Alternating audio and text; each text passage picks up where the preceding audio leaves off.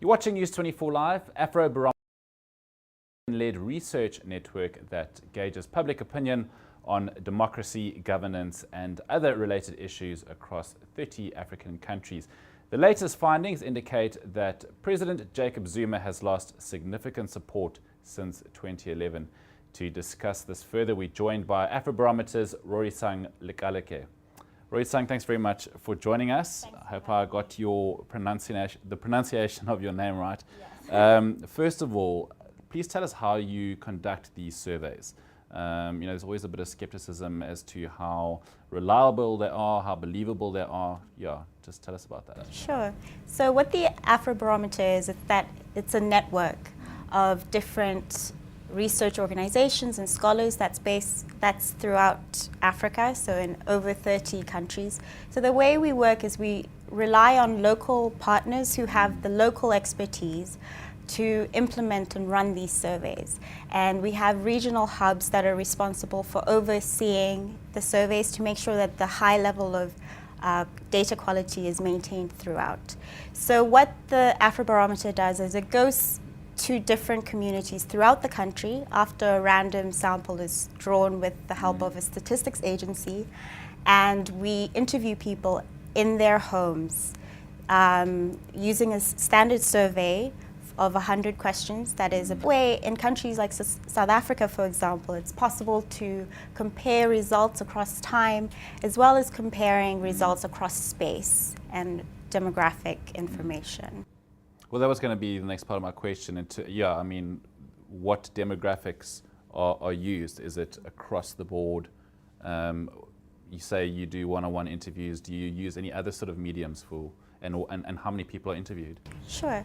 We interviewed 2,400 respondents in South Africa, and the way they're selected is that areas, enumeration areas, which is a unit that's determined by Stats SA, are selected on the basis of urban-rural population, the province, and by race as well. So what we do is we select a representative sample of these areas throughout the country, and then once we're in the area, we select people randomly.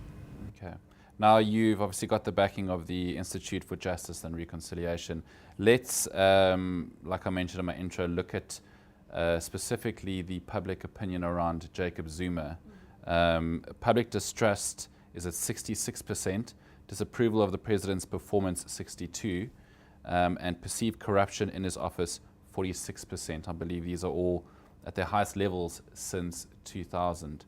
So what can be read into that? What are the other sort of key findings related to Jacob Zuma? Sure. What the survey has found in general is that government performance and leaders' performance has really declined in terms of public perception since the last round of surveys in 2011. So what we found in 2011 was that there seemed to be a gap between expert evaluation of President Zuma at the time and the public opinion, because it was actually, the numbers were more or less reversed. Trust, approval, and levels of people who thought there was no corruption were all much higher than is the case now. So what seems to have happened is that what's been happening on the ground in terms of the recent scandals and waning performance across a wide number of issues has filtered down to the public level, and South Africans seem to have lost their confidence in the president. Is there an opportunity given for their reasons in these sort of different sort of subclasses? No, our questionnaire doesn't have follow-up questions. What it does is it asks people and it measures it over time, and then from that it's possible to kind of read into what those reasons may be by, for example, looking across different dimensions, social dimensions. For example, if you look at trust in the president, we've broken it down in our analysis that's available on our website in terms of urban-rural dynamic. And what we find is that urban respondents were much more critical of the president than rural. And if you look at the issue by race as well, what you find is that white and Indian South Africans are much more likely to say they distrust President Zuma than colored and black respondents. So in that way, although there are no follow-up questions, it is possible to kind of look at the climate at the time and see what could possibly be the answer.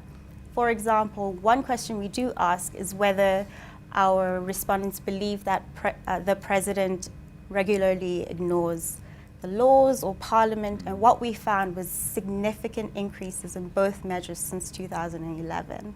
So the number of people who think that President Zuma ignores the law and parliament has doubled since 2011. So that helps to kind of bridge that gap.